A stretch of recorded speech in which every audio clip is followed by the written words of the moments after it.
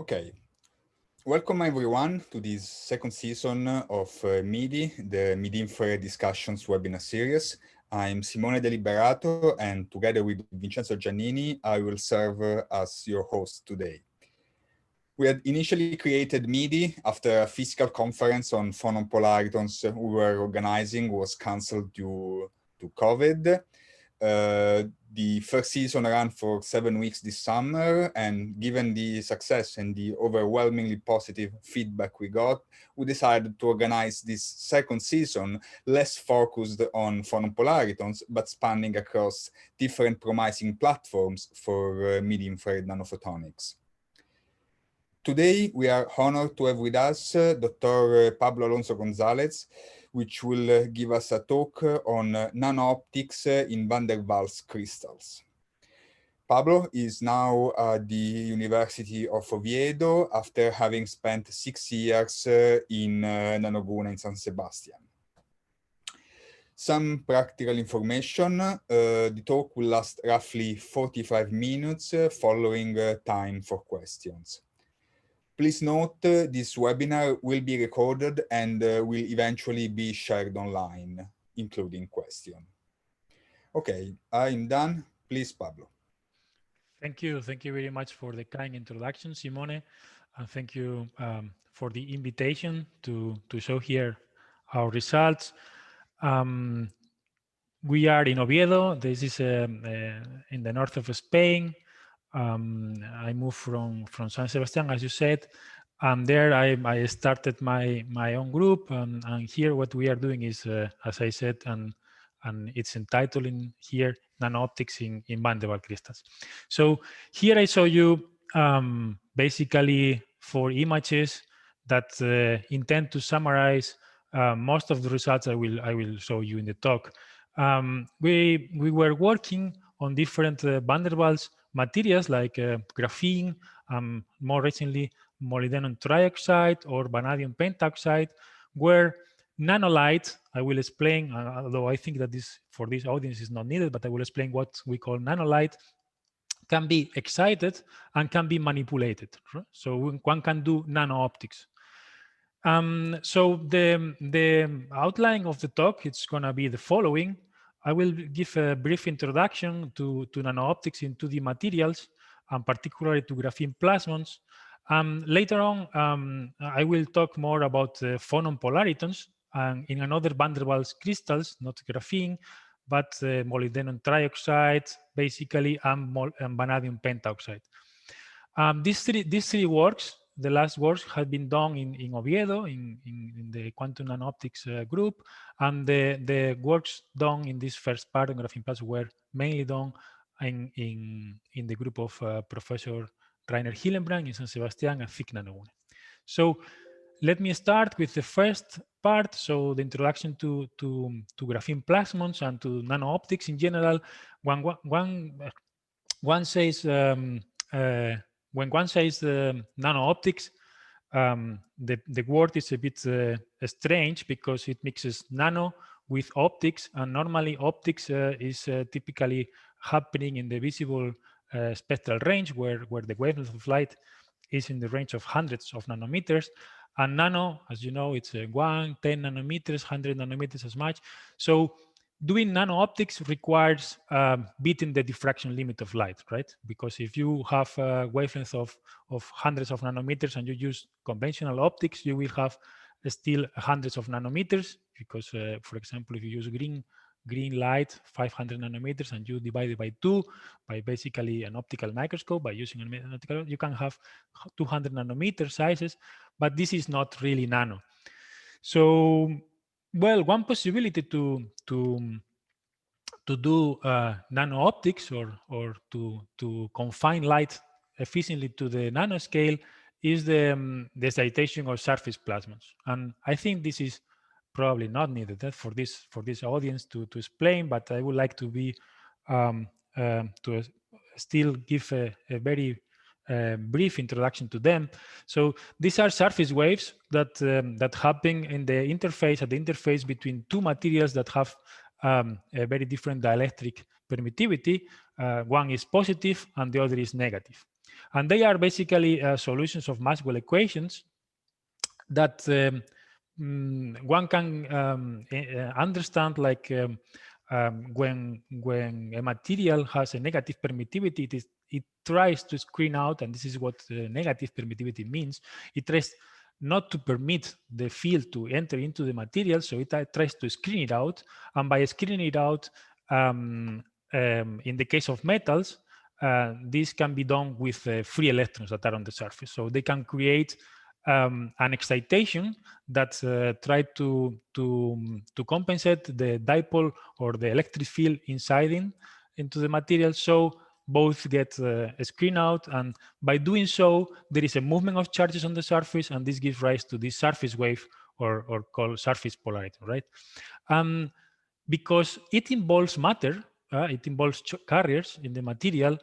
It has a key property, which is that the momentum of these surface waves is much larger than the momentum of the incident light. And this is what is shown here in the dispersion. You can see in this line, this is the light line, where we can see, well, this is the typical light line for light in space, where we have the slope, which is the velocity, the speed of light in space, which is c.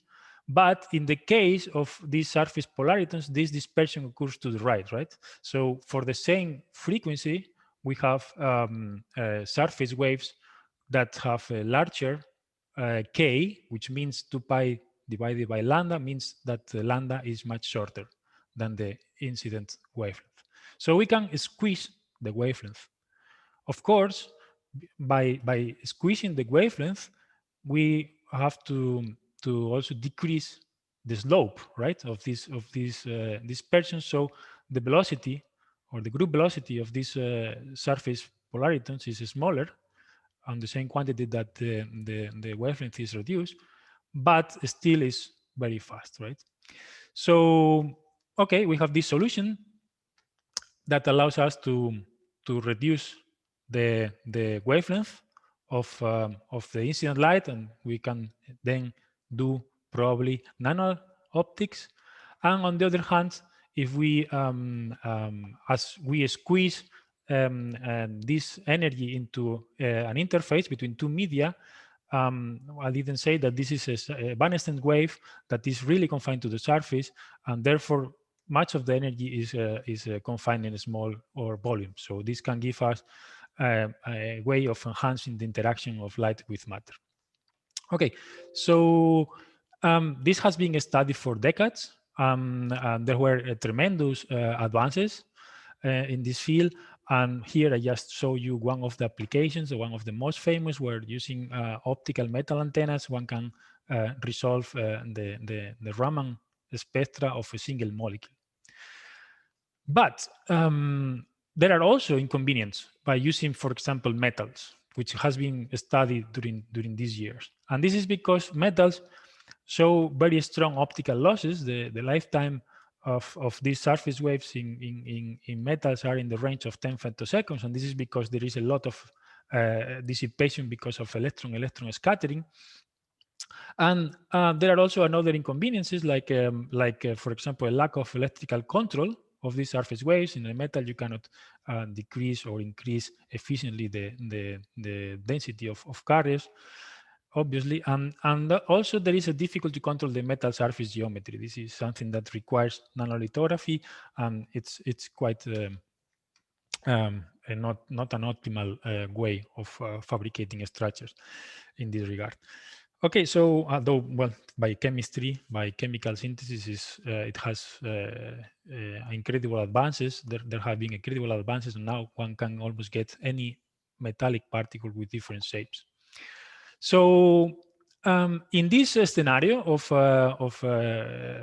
advances in plasmonics, van der Waals materials appear.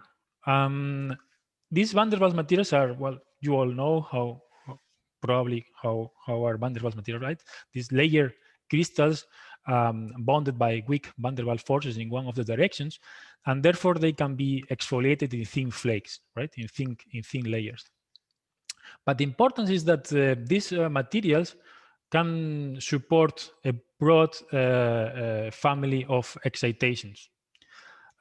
Because you can have from metals to semiconductors to polar crystals, all kind of materials.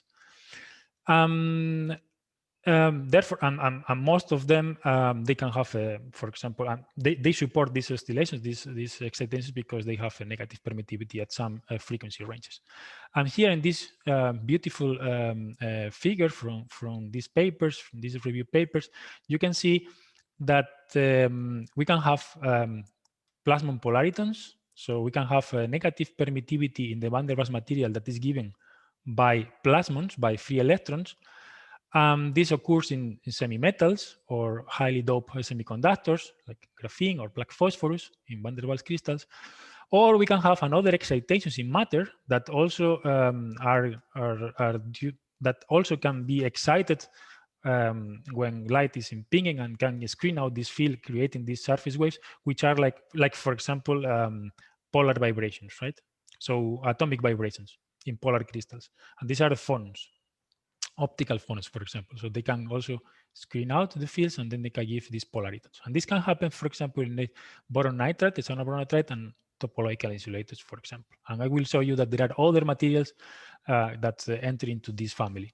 And then there are others like excitons, polaritons in semiconductors, and also are expected to see Cooper pair polaritons or Magnum polaritons. These are still not visualized, and well, this is a very active area of research nowadays.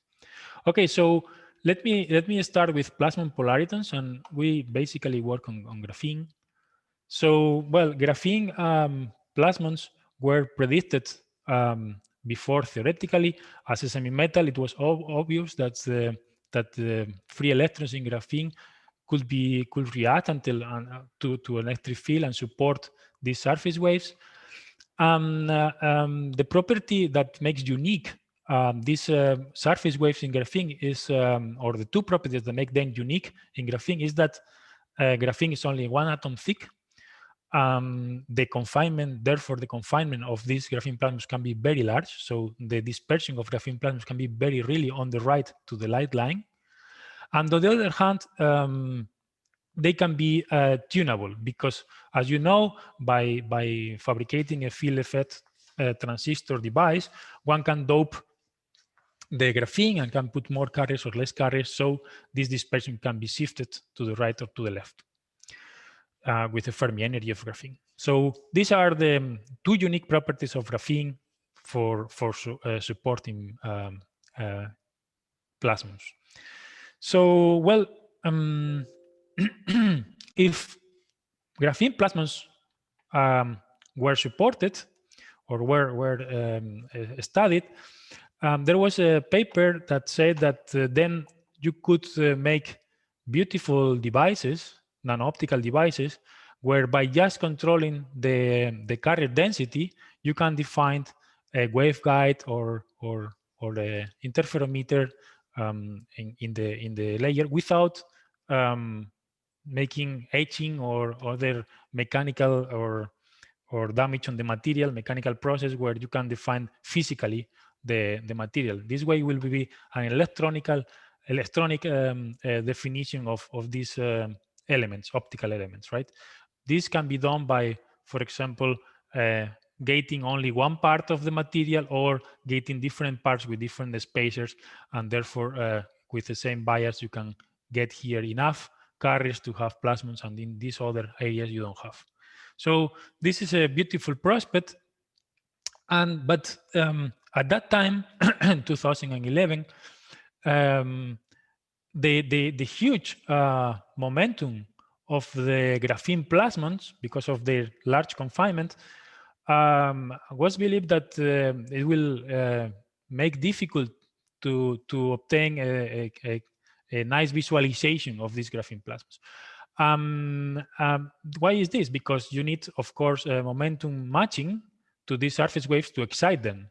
And from far field, because we have here the light line, we don't have any matching with these curves. Okay, so we need something that crosses these curves to provide enough momentum to launch them.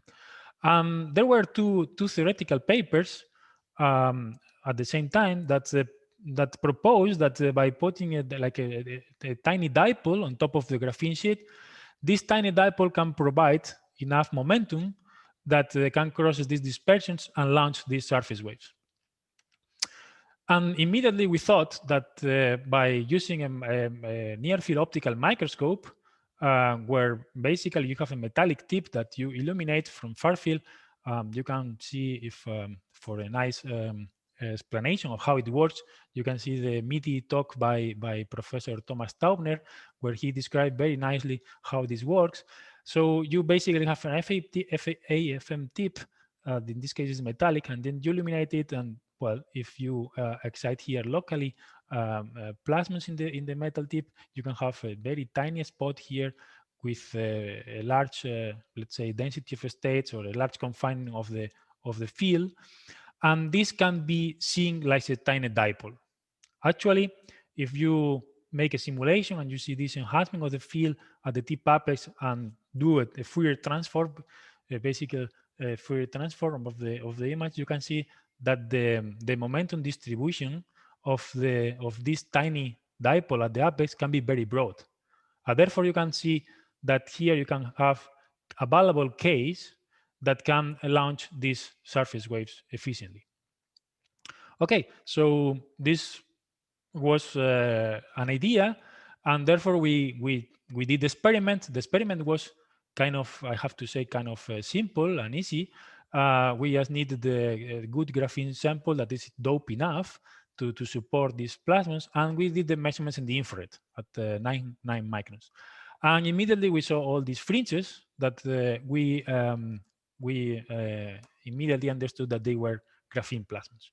And why we see fringes? Well, the mechanisms of excitation and measurement is a bit like a radar or like an echo detector. We launch the waves from the tip, but we also detect the waves with the tip.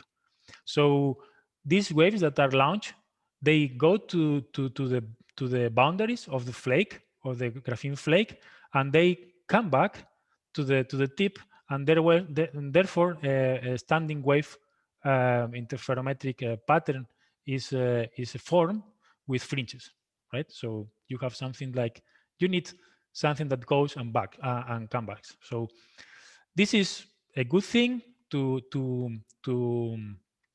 visualize these graphene plasmas, but on the other hand, this detection scheme or this excitation scheme has also limitations, because you are not visualizing the wavefront of the graphene plasmons. Okay, you are not able to visualize the real wavefront of the graphene plasmons, but only those that are coming back from edges. So you need edges to see the plasmons. Okay, but this was good enough at that moment to observe the graphene plasmons, and we also saw that if we dope the graphene more with by changing the Fermi energy, we could change the dispersion and so on and so forth. So, well, this work was done in 2012, and at the same time, yes, from the group of Professor Bassos was also realized. Yep. We visualize graphene propagating graphene plasmons in ribbons, and then we work on resonators. We did basically ribbons of different widths, and then there we could see that different modes are excited. You can have seed, and you can have also edge modes that are excited in these islands. Well, with a model, dipolar model, with a dipole on top of the structures, we could reproduce these patterns and so on. Another work that we did at that time, it was to improve the capability of these surface waves to propagate by reducing its losses. This was done by, well, this was led by Coppens, by the group of Frank Coppens at ICFO, together with a sample fabricated in the group of James Hong at Columbia University. They provided with a sample where the lifetime of the mobility of electrons of free carriers in graphene was very, very high. Because of this, we immediately measured this sample and saw many fringes, many more fringes, and we could reach lifetimes in the range of 0.5 picoseconds. So we passed from 10 femtoseconds in metals, remember, to something like 500 picoseconds, femtoseconds in graphene. So we have new candidates to do nano-optics with these graphene plasmons. Also, we demonstrated that with one of these devices, where we made a split gate and then we can exploit the photothermal effects on graphene, we could electrically visualize. This is a photocurrent image; it's not an optical image.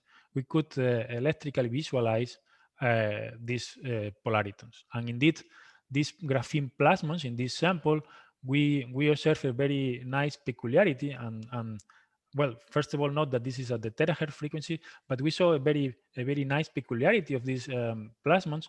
That was that because of the presence of these metals close to the graphene and with the spacer in the middle, they show a strong confinement in this spacer, and the dispersion of these polaritons got linear, what is called acoustic graphene plasmons. Okay, so basically the goal below acts like a mirror and then reflects back all the fields into this into a mode that is created here in the spacer layer, which is in this case was HBN. So all the field is in the HBN. After this work, there were other works that were reducing the thickness of this HBN layer. They could do with monolayer or even several nanometers layers. The confinement was huge, right, of the field there. So this is just like putting a mirror. And then you can get this linearization of the dispersion, which is good for applications, and also reduce a lot this slope. So the velocity of the group velocity of graphene plasmons can get reduced and can even show non-local effects and other exotic physical phenomena. Okay, so as I told you, we visualize these graphene plasmons by this technique that is like a radar, right? Like an echo detector. If I want to do nano-optics with graphene surface plasmons, I would like to control the wavefronts, and I would like to see how the wavefronts are propagating, how they are converging or diverging, or what is the direction they propagate, and so on. Therefore, I cannot do with this technique where we are launching and detecting. Therefore, we thought in the following: why don't we put this antenna, this launcher, on top of the graphene, like here is by this gold antenna, is just a rod, a metallic rod on top of the graphene.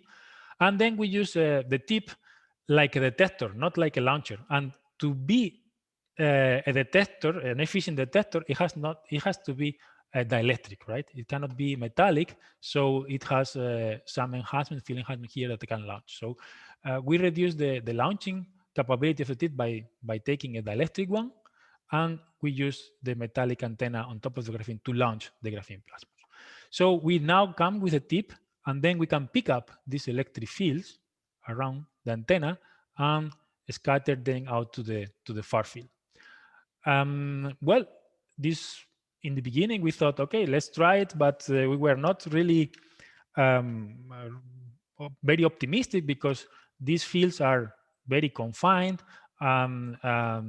Normally, when you have this kind of dielectric tips, the scattering efficiency is much smaller than with metallic tips, so the signals are really low.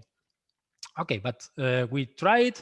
We fabricate gold antennas, resonant gold antennas on the material, and also non-resonant ones, and we visualize with this technique exactly how the wavefronts are launched by the antennas on the graphene.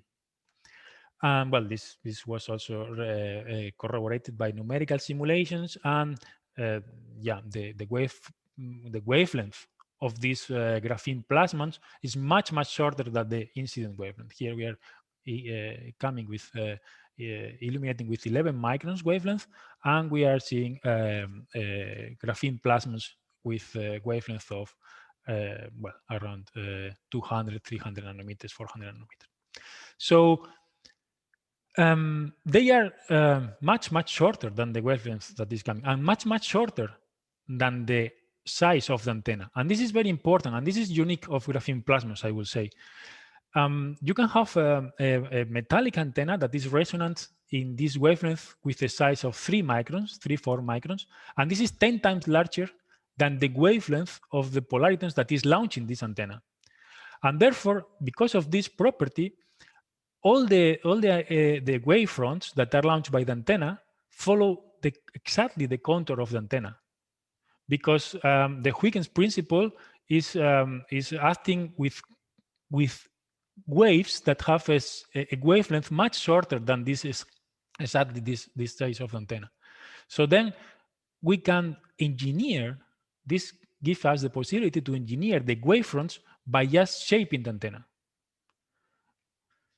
Well, one can say, okay, but antenna theory is done in such a way that you design the antenna so interference actually is a good thing to direct signals in one direction or in another, like the Yagi-Uda antenna and so on. This is true, but in this case, we can also use the contrary, I mean, where there is no such a big diffraction effect to control the wavefronts just by shaping the antenna. Okay, so by doing so, we fabricated antennas with convex or concave shapes, and by doing so, we could demonstrate that we can make or engineer diverging wavefronts like these ones that are corroborated by simulations, or converging wavefronts, where we can launch wavefronts that can focus at the point and you can make a lens, right? So this is really nano-optics, I would say.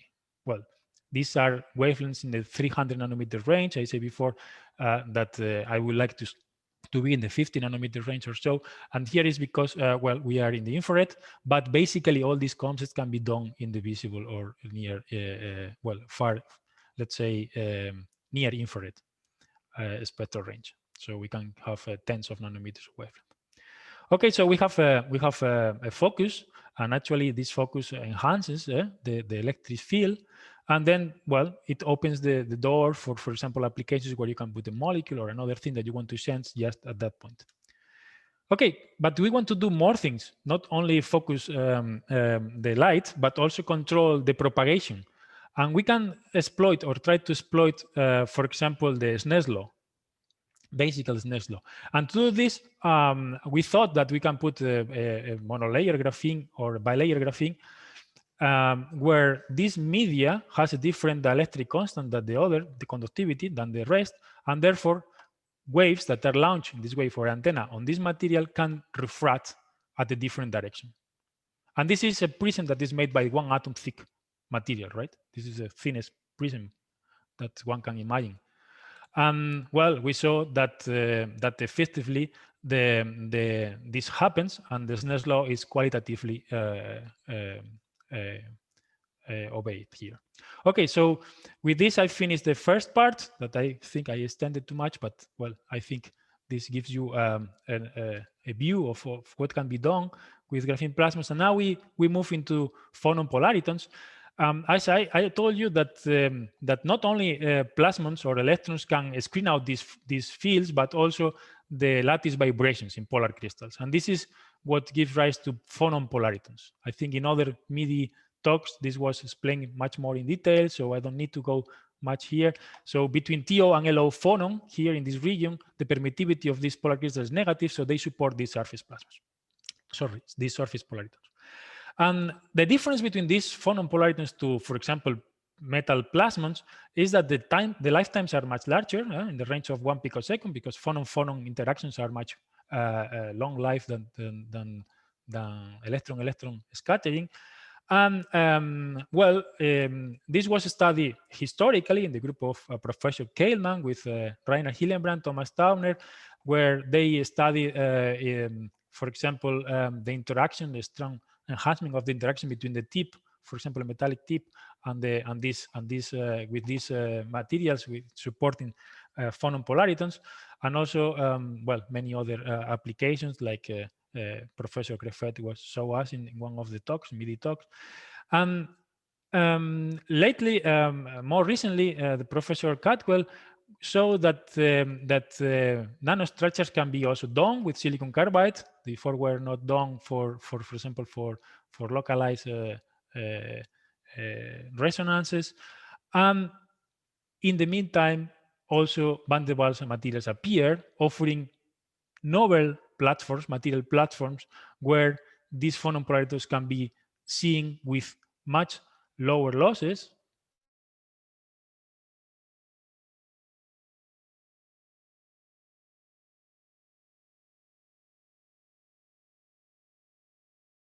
Or with silicon carbide and so on, were difficult to engineer. Now we have something that is a 2D material that can be easily exfoliated, and one can engineer it easily and can also add graphene to it to give an electrical tunability. So, and this open an horizon of new possibilities, right? And here is what I say, that doing HBA nanostructures, some resonances were obtained with quality factors as high as 280.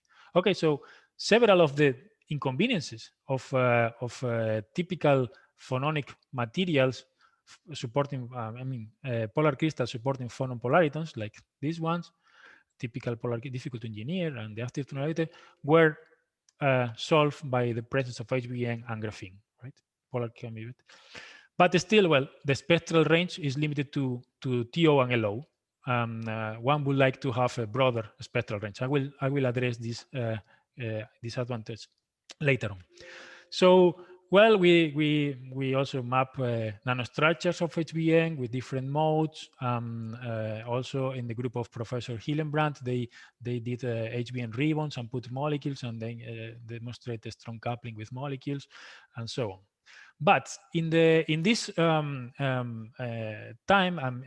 like a few years ago, 2 years ago, another material appeared, which is the molybdenum trioxide, which is a van der Waals material that can be exfoliated, but it has the property that is very, very anisotropic. It has an orthorhombic lattice, where the lattice constant along the 3 directions of the space is very different.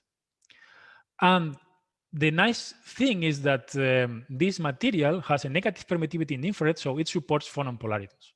So we did the experiment. We put, as in graphene, we put the HBN, we put the flake, we use a metallic tip in this case, and we tried to observe what kind of phonon polaritons we could observe. And basically, we took these images at different frequency energies, at different frequency spectral, at different spectral regimes, and we saw that in some of them the propagation of polaritons is almost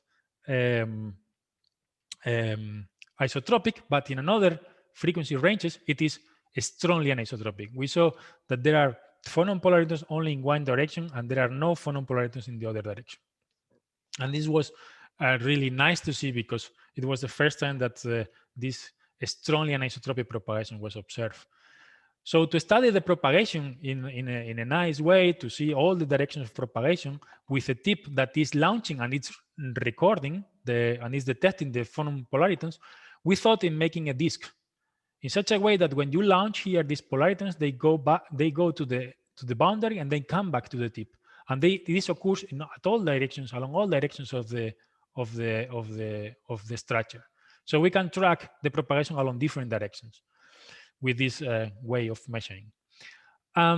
We saw that in one of the spectral ranges, this gives rise to elliptical propagation that can be very well observed, very much better observed if one can takes the Fourier transform of this real space image and go to the K space. If you go to the K space, you can see here an elliptical shape where you have K available Ks along all directions of the space, but with different moduli, right? Here and here. But in another frequency range, we saw this almond-shaped pattern in the real space that when taking the Fourier transform, we can see that it's a hyperbola, right? It's a hyperbolic dispersion. And this is quite strange and quite exotic, because there are some directions where there are no K availables, and some other directions where there are K availables, and some directions, like the asymptotes of the hyperbola, where there are an infinite number of Ks that are available to propagate. And this can give rise to directions where optical rays can propagate. The asymptotes of the the hyperbola. Okay, so but this all happens in the plane. Okay, this propagation also occurs in HBM, but out of plane. Okay, but this occurs in plane. So we can visualize very nicely this propagation. And as I said, there are many cases available along the asymptote. And one property that is also very exotic and a consequence of this isofrequency curve, this is called isofrequency curve because it's taking at a fixed frequency and in momentum space. And is that the unique characteristic of this curve is that you can have k's, so wave vectors along the hyperbolic curve that go in a very different direction than the energy. This is the Poynting vector. So basically, the wavefronts are directed to different directions than the energy. And this we are not used to see that. We are typically used to see cylindrical waves, like for example, when we launch a stone on lake, where we have cylindrical waves where the wavefronts are going in the same direction. I mean, the normal to the wavefronts, which is the k vector, goes in the same direction. They are collinear to the energy. But this is not happening here. Here you have k in one direction and energy going in another direction. So it's like the energy goes in one direction, but the wavefronts are completely tilted. Okay, and this is, as I said, very different to what happens in isotropic media, where K and S are collinear. And this gives rise to, well, these phonon polaritons, we saw that they are very long life. This is very good because they can propagate the during long time. So the interaction between light and matter can be very much enhanced. But what I said is that these unique propagation features of with K and S that are not collinear give rise to really exotic nano-optic behavior. For example, here I show you that refraction. This is something that we are working now. Refraction in this media, when you pass from one media to another media, but always with hyperbolic polaritons, when you pass from hyperbolic media to another hyperbolic media, refraction occurs in angles that are much different than what happens in an isotropic media. Okay, it's a anomalous refraction and can give you a lens, like here, a focus, where with a convex shape instead of a diverging scenario that will happen in isotropic media. So it's a really exotic media. This has been studied with metamaterials during years, but it was always done with light and impinging from isotropic media to strongly anisotropic media. I think for nanolight and from two different anisotropic media, or two strongly anisotropic, like two hyperbolic media, has never been visualized. So it's nice to see this kind of exotic behavior with your eyes, with these nice images, visualized images. So with this, I move to the third topic, which is using this MO3. We thought that we can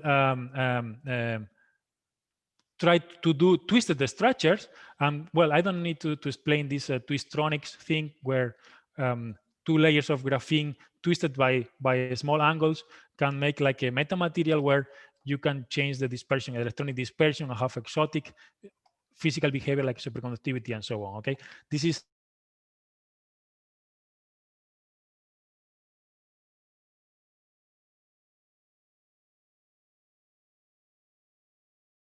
a complete lapse. We thought a strange behavior. We can see some critical angle where something happens. But now I come back again to the near field wavefront mapping. We can do numerically. You can do these experiments very nice, right? You can put the dipole and you can put the two slabs and then you rotate one against the other. But experimentally, if we want to see the wavefront, how the wavefront is evolving, we need to come back to the dielectric tips, right, in SNOM. And then we come back to putting antennas on top of the surface of these slabs. And this is what we did. And we fabricated the rotated structures. This is 30 degrees. And then we saw this with this is the wavefronts that are coming out from the antenna. You can see that now the hyperbolic wavefront that before was aligned to the longitudinal axis of the antenna, centered along that direction. Now it's not centered along that direction, but it's tilted. slightly tilted. So it has directional hyperbolic propagation. To do the simulations, we had to take the permittivity of ML3 at infrared frequencies because it was unknown. You can check this reference if you want to see details on that. And it was done in collaboration with Joshua Cadwell.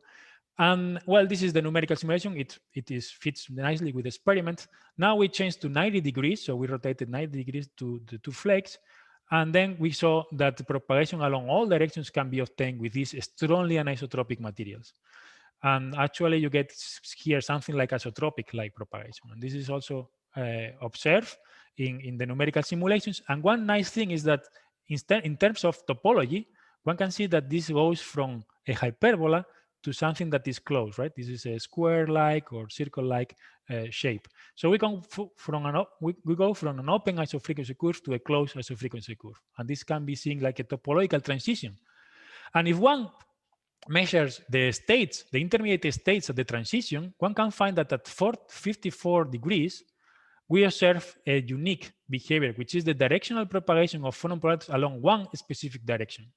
Okay, the bands, the topology, the isofrequency curves get flattened. They flatten and get really parallel. So all energy, which is perpendicular to these lines, goes in one direction, and this opens new opportunities for propagating light to control light along one specific direction. Okay, this was also observed numerically, and we observed that along this direction, these polaritons propagate without any geometrical decay factor. And together with our work, there were another 3 works at the same time published in these references if you want to see and have all the information. And with this, I just move to the last point, to the last item of my outline. I think I have probably 2 or 3 minutes. So I will just explain very briefly this last part. Remember that I told you that with van der Waals materials, we improve the characteristics of typical phonon polarities measured in silicon carbide or other substrates that were difficult to engineer. With the polar crystals and these van der Waals materials, we could engineer them nicely, and also we could make them active in combination with graphene. But still, there was this constraint, right? This disadvantage that the phonon polarities only exist in a very limited spectral range, which occurs between the TO and LO phonons in the material. And there were nice efforts in the literature during the last years to overpass this limitation, to surpass this limitation. One of them was using pulses, optical pulses, or carrier photo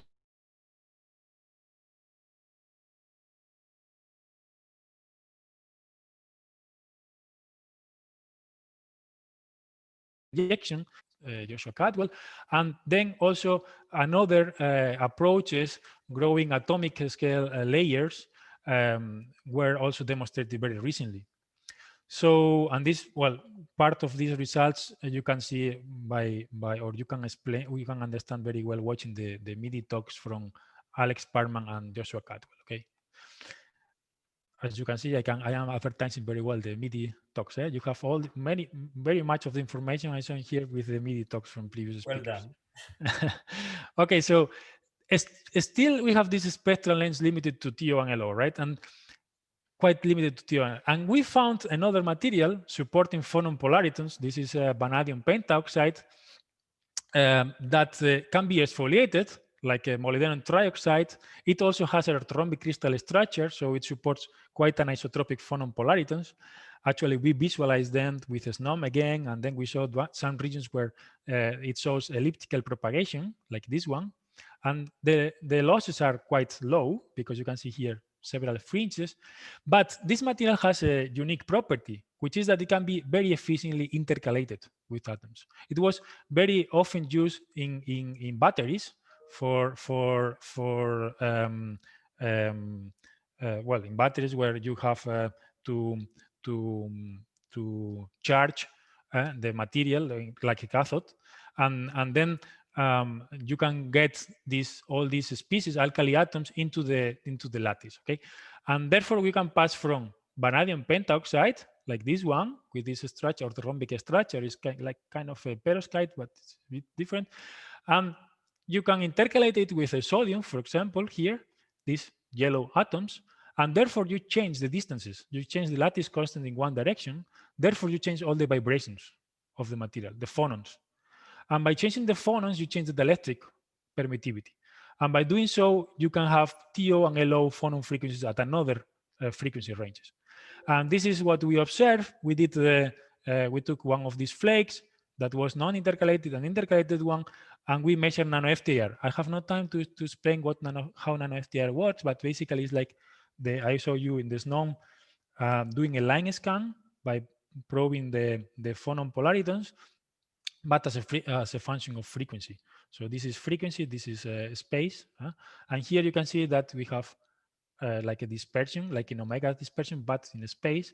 And here you can see how you will see, like, for example, two oscillations. You take here a line, and here also you can see two oscillations of the plasmon in the space, okay? And this changes because with wavelength, the dispersion changes, and therefore the wavelength of these oscillations or the periodicity of these fringes changes. Okay, but this happens, this is one Rostron band, right? In this material, vanadium pentoxide here. But now by intercalating, we can move it here. So we move it by 50 wave numbers. Also, all the Rostron bands, like this one, that happens between 800 and 975, it's moved so much that we cannot see in the nano-FTR. It's moved to this region here, to 600 wave numbers. So it can really be really shifted to previous frequency ranges. So you have another degree of freedom to tune the spectral range of phonon polaritons in van der Waals materials. And the good thing is that this intercalation happens without introducing big losses. The lifetime of these phonon polaritons in both materials are in the picosecond range, and we are always above 4 picoseconds in both cases. So this is a nice strategy to surpass this last inconvenient of phonon polaritons. And I hope that with all these good properties, we can do more nano-optics, nice nano-optics with these materials in van der Waals crystals. And with this, I finish. I want to just acknowledge all the people in the group, Javier Martin Sanchez, Duan, and all the students, PhD students, Javier Taboada, Gonzalo, Ana, Abel. Of course, I have to acknowledge a lot of people with all these works. I did during all the works in graphene. I did with the group of Professor Hillenbrand at Thick Nanogune, with in collaboration with the group of Luis Weiss for the fabrication. We worked very close together with Graphenea in the part of graphene. It was very important to have them in the same building, actually.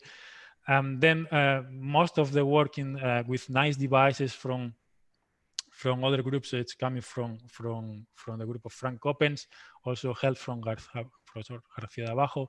The work in MO3, it was done thanks to the collaboration with Professor Bao at Monash University. MO3 also, the permittivity was extracted with the help of Professor Cadwell at Van der Waals University. All the simulations, AB initio calculations for this intercalation work was done by John Herrera at CFM. All these works, all the numerical simulations I show you were done in collaboration with Alexei Nikitin, and that we work very tightly, and we have to acknowledge him a lot. Of course, I have to also acknowledge funding from the ERC. I could start this group because I got this starting grant, and well, with this I thank you all for your attention, and if you have any question I can answer. Thank you, Pablo, for a very nice talk and also very impressive results. The floor is now open for questions. I'll just remind how this is going to work. In order to ask questions, you can use the Q&A button on your Zoom interface. You can either write your question in full and I will read it. In this case, if you want me to read your name, write your name in the question, or you can just write question and I will unmute you and you'll be able to ask the question yourself.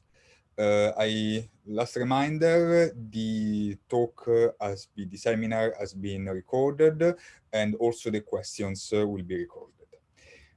Okay, we already have two questions from Andrea Sessler. The first one, thank you for the great talk. What are the influence and limits of the HBN thickness in HBN encapsulated graphene regarding the ability to measure the polaritons with the SNOM, e.g. confinement, signal strength, and resolution? Yeah, this is a very good question. You can see here in this sketch that the encapsulated sample consists of 46 nanometers of HBN, then the graphene layer, and then on the top there is this 7 nanometers thick layer, so it's a very thin one. And this is because as the fields, the graphene plasmas decay exponentially, and they are super confined, we only have a certain range of heights or thicknesses that we can use here for the top layer of the HBM. If we are above 10 nanometers, 15 nanometers of this top layer, the fields that the tip can sense from the graphene plasmas are very weak, too weak to see. So this is indeed limitations, and we have to use thin flakes. Thank you. The second question by Andreas. What happens to the polariton dispersion on molybdenum trioxide when it is stressed or strained? Yeah, this is also a very good question and a very good comment. Actually, we are doing this. We are trying to put a strain because, well, one of the group members, Javier Martín Sánchez, is an expert on a strain on quantum optics to strain semiconductors and tune the emission of single photon emitters. And we are now applying this technology, which are piezoelectric actuators, on top of the material MO3.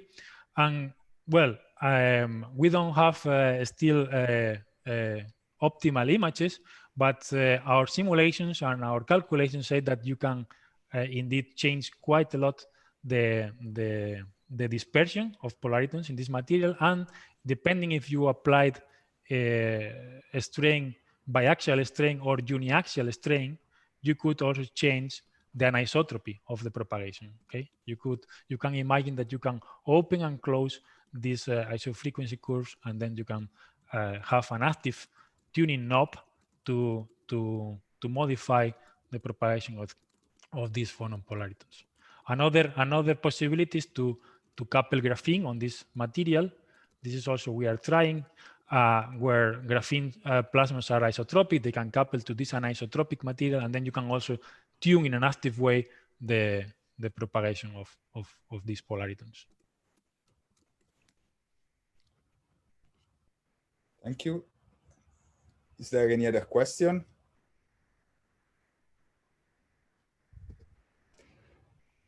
We have a question. Why the pointing vector and wave vector point in different directions in molybdenum trioxide? Well, this is basically because we have a hyperbolic dispersion here. The pointing vector is always perpendicular by definition to the isofrequency curve. Okay, this is by definition.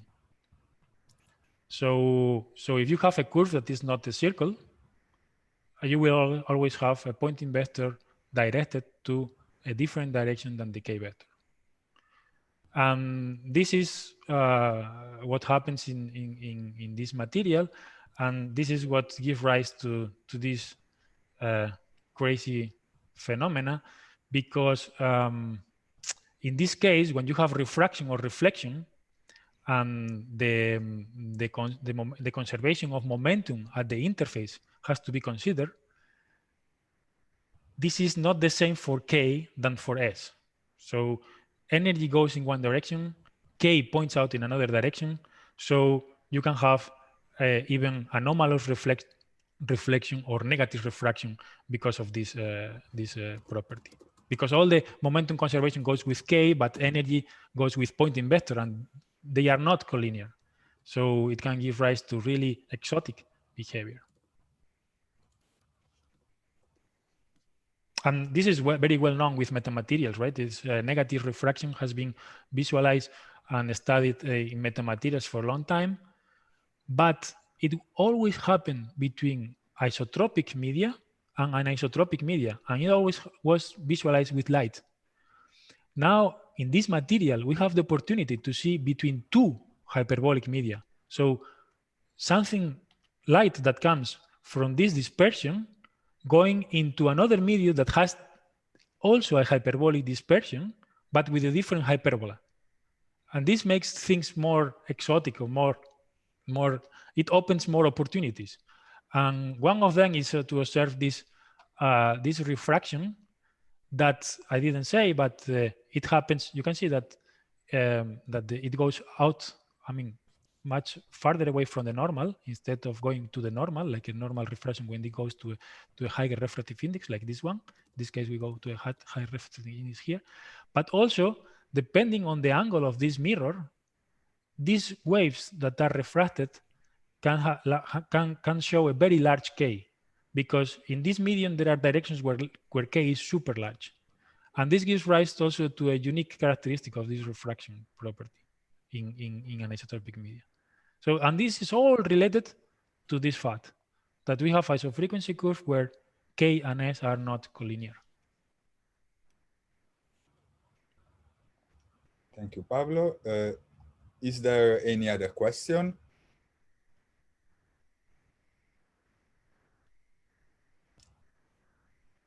Let's give time.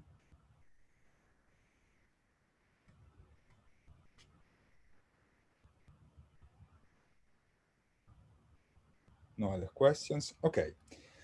Fine. If there are no further questions, I think we can all thank Pablo again for his great talk. And I thank you all for your attention. And I hope to have you with us again next week for the talk by Jacopo Carusotto, who will present us some result on the physics of intersubband polaritons. Thank you and see you next week. Thank you, Pablo. Thank you very much. Thank you.